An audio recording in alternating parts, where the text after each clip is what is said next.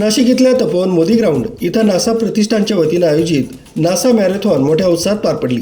3, 5 आणि 10 किलोमीटर अशा 3 गटांमध्ये पार पडलेल्या या मॅरेथॉनमध्ये कृषी दुकानदार, उत्पादक कंपन्यांचे मालक, कर्मचारी, कृषी अधिकारी तसंच त्यांच्या कुटुंबियांनी मोठ्या संख्येनं सहभाग घेतला।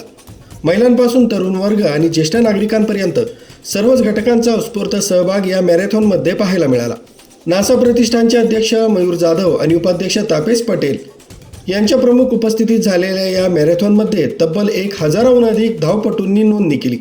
प्रत्येक सहभागीला टी-शर्ट आणि मेडल देऊन सन्मानित करण्यात आलं।